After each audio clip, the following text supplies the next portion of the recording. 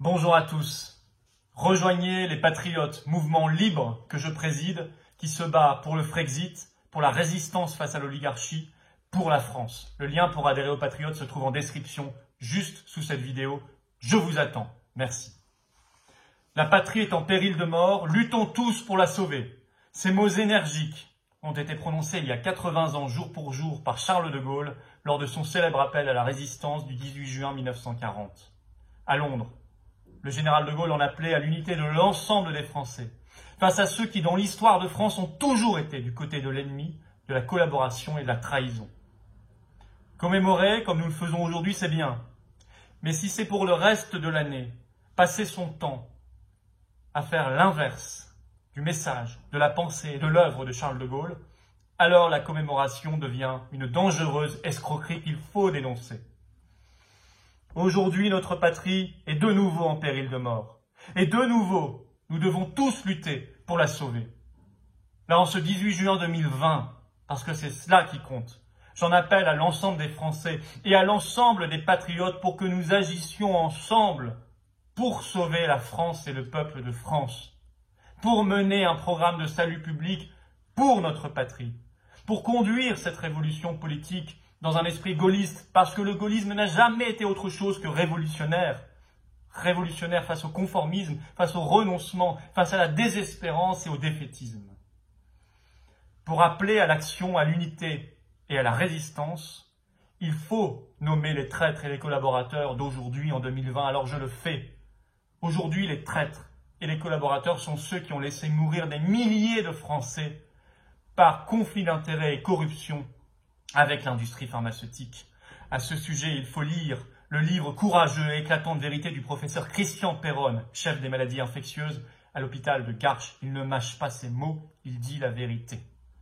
Les traîtres et les collaborateurs d'aujourd'hui sont ceux qui restreignent progressivement toutes nos libertés, de se déplacer, de manifester, de revendiquer, de s'exprimer, de penser, comme le fera la dangereuse loi Avia dès le 1er juillet prochain.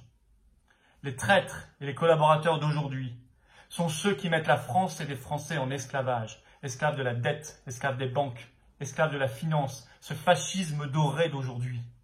Les traîtres et les collaborateurs de 2020 sont ceux qui détruisent sciemment la nation française, en important des conflits ethniques anglo-saxons, en excitant, en exploitant les ressentiments, en aggravant chaque année une immigration devenue hors contrôle et inassimilable. Les traîtres et les collaborateurs d'aujourd'hui sont ceux qui laissent sciemment le chaos s'installer dans notre pays pour mieux dominer. Les traîtres et les collaborateurs d'aujourd'hui sont ceux qui détruisent la France en la noyant dans une Europe qui se rêve un État et qui arrache chaque année un peu plus à la France ses attributs de souveraineté, la monnaie, les frontières, le budget, les lois, l'armée demain.